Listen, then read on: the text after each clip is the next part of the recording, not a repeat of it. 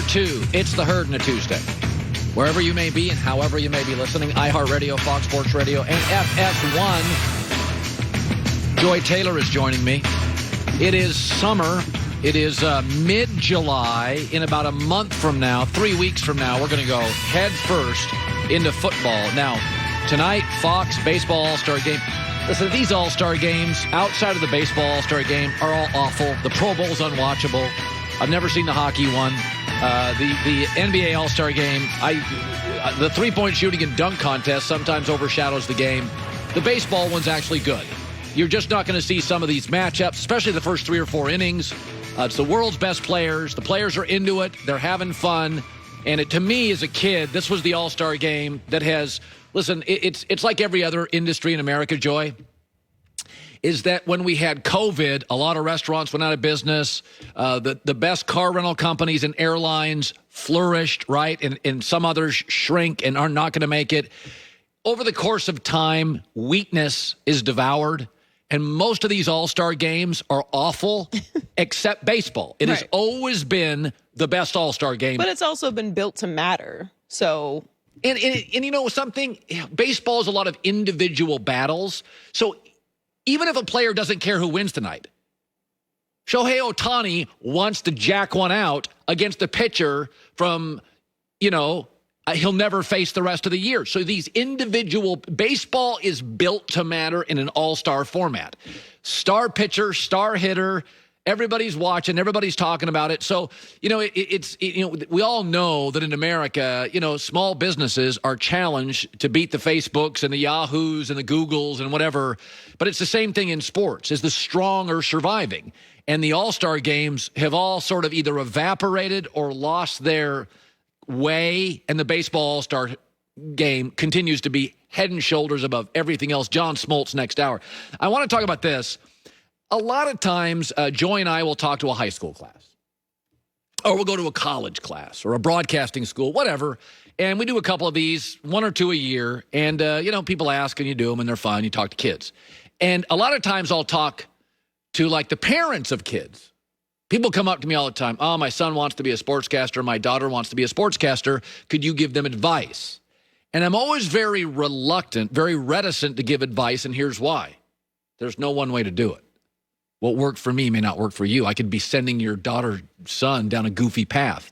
I came from a small town. I didn't go to a great broadcasting school. We didn't have a lot of money.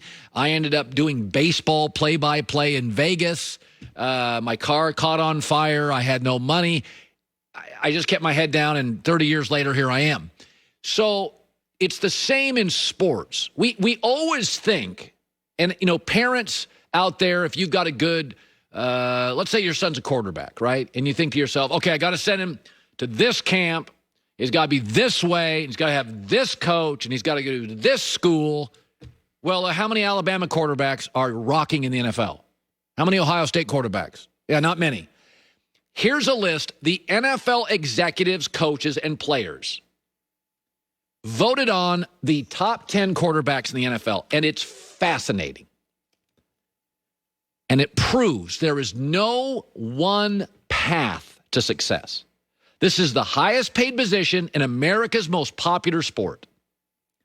Patrick Mahomes went to Texas Tech and had a losing record in college. Number 2 is Aaron Rodgers. Nobody offered him. He went to a junior college, then transferred to non-traditional power Cal. Also dropped in the first round. Tom Brady struggled to start in college, 6th-round pick. Number 4 is Russell Wilson. He started as a freshman at North Carolina State and as a sophomore and as a junior, and then his coach said, you're not as good as Mike Glennon.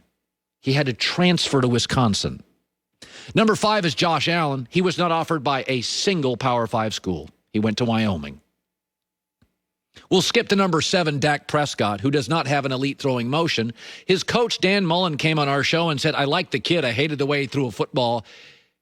He went to Mississippi State in the 4th round. Number 8 is Lamar Jackson, still has his critics. I'm no longer one of them. He went to a basketball school, Louisville, almost dropped out of the first round. Justin Herbert's number 9. He was the third quarterback taken. We called him too stiff to make it in this league. And Kyler Murray initially liked baseball, and he had to transfer too. He had to transfer. Only Matt Stafford at number 6 had a linear path. He was number 1 high school player near Dallas. He was number 1 college guy at Georgia. Went to a big power. And number 1 pick in the NFL. And has gotten his brains beat in and can't win in the NFL. Hopefully that changes for the Rams. He had the best path, right? The clear path. Great high school program, great college program, goes to the NFL, and he has the second worst winning, well, he actually has the worst winning percentage of all these quarterbacks who have played for more than like 2 years. Justin Herbert, Kyler Murray, you can't really, we're not talking about their winning percentage of their kids.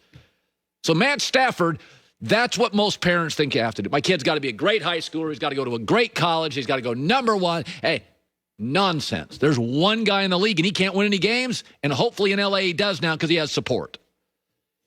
We have a quarterback in this top 10 that went to a junior college. 2 had to transfer. Some are fast. Some aren't. Brady isn't. Lamar is. Some are tall. Josh Allen. Some are short. Kyler Murray. Patrick Mahomes had a losing record in college. Nobody talked about Patrick Mahomes, and I love college football, and I didn't watch him play in college. I mean, I saw his highlights. I didn't watch Texas Tech games. They weren't any good. So it's a great example that it doesn't have to be one way. When you ask advice, there is no one way.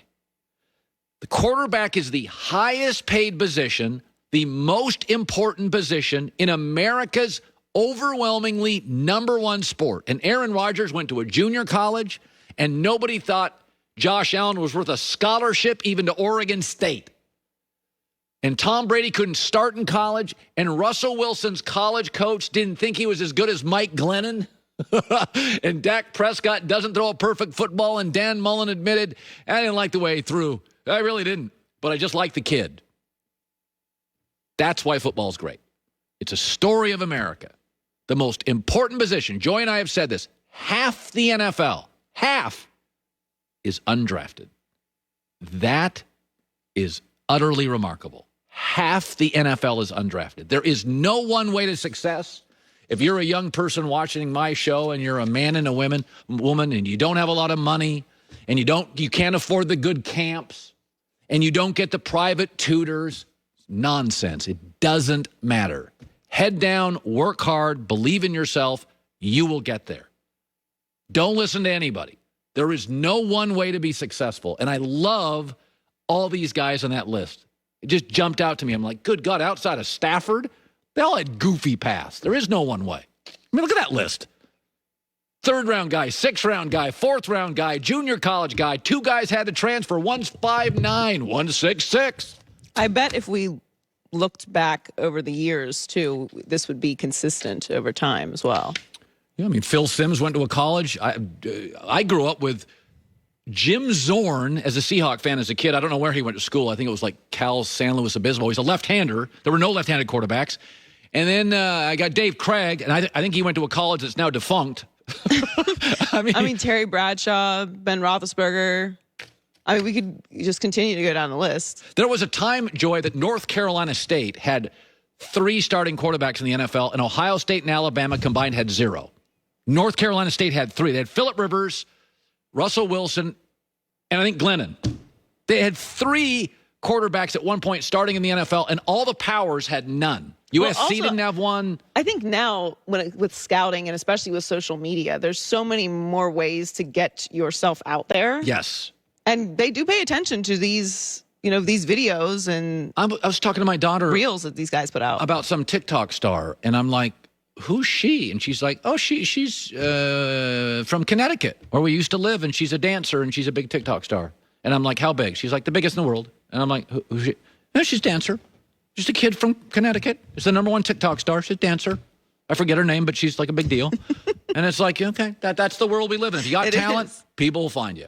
Well, we're going to bring in Buddy Hield, Sacramento Kings guard. One of our topics today has been, don't be shocked if Team USA doesn't blow all these teams out. There is so much global talent. Our MVP is from Serbia. The runner-up